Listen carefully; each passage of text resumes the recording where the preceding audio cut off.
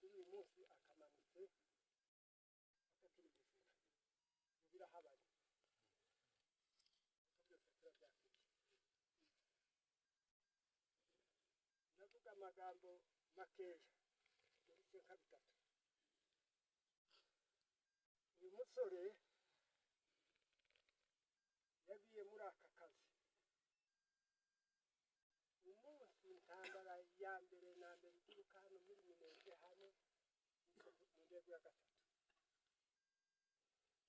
Bagenzi be batangizanije uwo munsi baratambutse niwe wari usigaye nawe yararinze uyu munsi. Umutwari yatangiranije uwo munsi kugeza kuri uyu munsi wo kurangiza arangiza akibufite igihamya ngike. Ubwo agiye mu kazi basezeranye nawe namubwira ngo mu gihe ukunze akazi k'igisirikare ntukabeze data ngo bazoze kugufata. Arabyemera. Abasirikare ni abahamya. Ndabona umusirikare waje guhagarara ahangaha mu rugo rwanjye ndakurikira arangiza ari isaha. Ijambo rikurikiraho uyu mwana hari ubwo twigeze gutandukana mu mibereho ya Gikristo. Ajya i Burundi ajyanye na mukuru wiwe yamaze y'imyaka 4 hari mu 2012. 2013 nibwo yabatijwe n'itorero rya Metodiste ngiri arangirijemo. Amaze kubatizwa yabaye mwarimu w'abana wigisha ishuri rya Saint School. Bukeye aragaruka aje kuramukanya ngo ashike hano inanga pasubirayo. Aricara. Ibyo twakoreranye muri iyi myaka sifite umwanya wo kubivuga ariko tuzobigeraho. Ubuzima bwa Gikristo ageze hano abaye umusirikare hari icyo yakoze. Babagiriye mu kazi yaza agasanga nararushye n'akazi k'imirimo y'imuhira n'ubwungeri. Ukwezi yagaza yinjira icyumweru kimwe akambarira ibyumweru 3.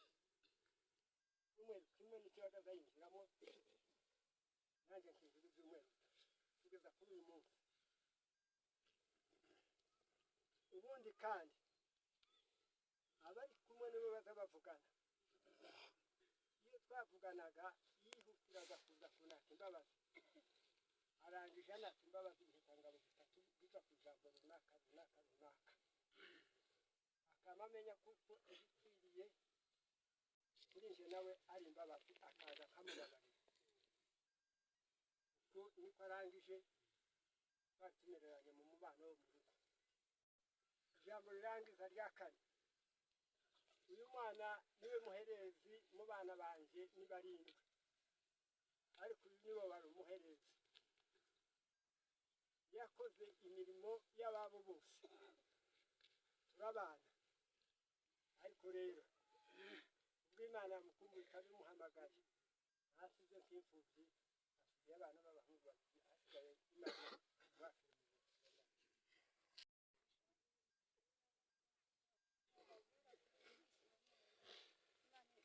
Nshimira Imana ko ejo twasezeranye akambwira amagambo yose anyihanganisha. Imana ishimwe. Ikindi nshimira Imana ko twabanye neza imyaka yose twabanye neza nta kibazo. Imana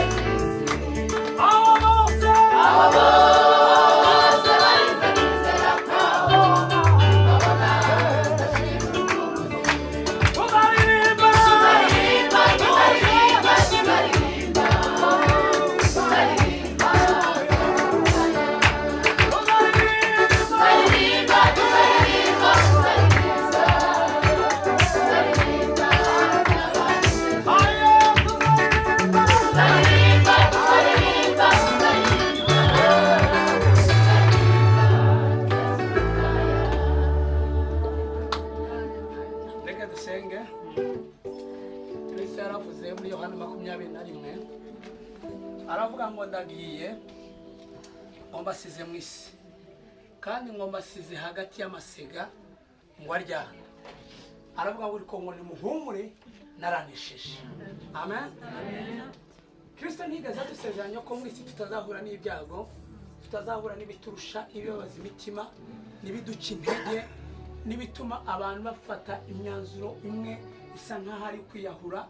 Iyo umuntu yabuzuwe ntagire abantu bamuba hafi, azagira ibitekerezo byinshi bimwongorera, kandi bimwe bikamubwira gukora ibintu bizima, ibindi bikamubwira ibitekerezo bisa nkaho ari kwiyahura. Ariko Kristo aratubwira ngo muri mwisi mufashe igihe mu ntambara kandi mbasize hagati y'amasega aryana. Aravuga ngo ariko nimuhumure naranesheje. Amen. Kristo ntabwo yigeze atubwira yuko tutazahura n'ibyago, ariko ikijya kigaragaza kuko twamwakiriye atuye muri twebwe nirihumure twasigiwe. Iyo tubwiranye amagambo tujya dukomera, tujya duhumurizwa ubugingo bwacu, kubera yuko ubugingo bwacu atari ubwacu, bushamikiye ku isoko yitwa Kristo.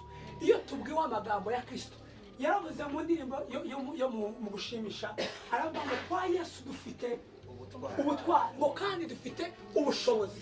Ngo iyo twizeye amagambo ye nkuko yayatubwiye, aravuga ngo mu ijuru ngo hakomotse isoko ry'iriba rimara inyota, ngo kandi ngo aho hantu twahanywereye amazi meza. Ni kuri nde? Ni kuri Kristo. Kristo iyo tubwiwe amagambo ye, kwa ko ubugingo bwacu ari muri we buhishe, ariho bukomoka, ariho ku isoko, tujya duhumura. Ubugingo dutunze si ubwacu, ni ubwa Kristo. Iri humure tuvuga, hari umwana w'umuntu wahumuriza undi, hari uzana umubabaro ufashe ni ku mutima, nubwo wokora iki ntabwo ushobora guhumuriza umuntu ubabaye. Ariko Kristo agira ikiganza azaza agakoza ahababaye, ahari umwijima, ahari bwihebe, ikiganza cyiwe gusa, apana ikindi kintu, umuntu akakira ihumure. Amen. Nta muntu n'umwe uramenyera ibyago, nta n'ushobora kubimenyera. Ni kuyi kamere yacu iteye, ntabwo dushaka kuzakira. Ariko yaravuze ngo nimuhumure naranesheje. Kwa Yesu dufite ubutwari kandi dufite ubushobozi. Iyo twizeye amagambo ye kuko yatubwiye, bijya bidutera izindi mbaraga zo kongera gukomera muri uru rugendo. Urakoze kuko Imana yizerwa, urakoze kuko Imana yiringirwa. Imitima icitse intege, itentebukiwe, niwe rukingo rwonyine, niwe murengezi dufite mwana. Pawulo aravuga ngo ariko twebwe iwacu ni mu ijuru, niho dutegereza ko umukiza azava. Ntabwo ari ahangaha hoya, iyi ni ingando ducishijwemo. Ahangaha naho ducishijwe kugira ngo mwami dutegurwe. Umugeni wa Kristo arategurwa, umugeni wa Kristo arategurwa. Ducishwa mu miraba, ducishwa mu misozi, muri imyarabo ngo nyura mu batanga, ngo nyura mu misozi, ngo kandi hose niko harusha umugenzi. Ariko Kristo we wenyine n'undi dukomeza, n'undi duha imbaraga, n'undi duhumuriza, n'undi duha ibyiringiro byuzuye muri Kristo Yesu. Iyo tugufite, iyo twizeye amagambo yawe, ni wowe wenyine twahawe, niwe muganura twahawe, ni wowe mwami ngabe igikingira, ni